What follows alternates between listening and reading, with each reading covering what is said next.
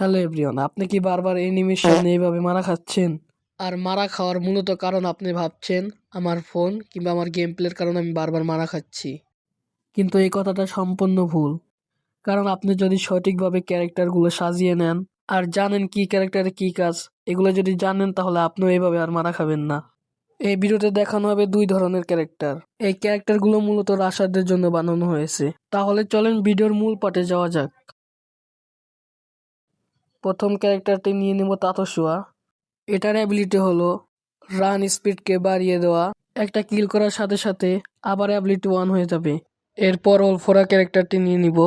এটার মূলত অ্যাবিলিটি হলো হেডশট রেট বাড়িয়ে দেওয়া।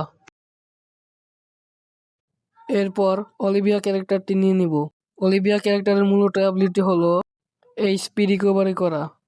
এরপর জোটা ক্যারেক্টারটি নিয়ে নেব। এর অ্যাবিলিটি হলো রিকভারি করা এইচপি।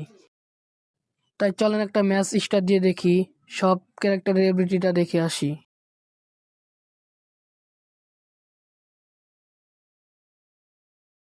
প্রথমে আমি একটি কিল করে ফেলি। তাহলে চলেন স্লো মোশনে ক্যারেক্টারের অ্যাবিলিটিগুলো দেখে আসি। সে কিন্তু আমার প্রায় 75 মতো ড্যামেজ দিয়ে দিছে। এরপর কিল করার সাথে সাথে আমার এসপিটা ফুল হয়ে গেছে।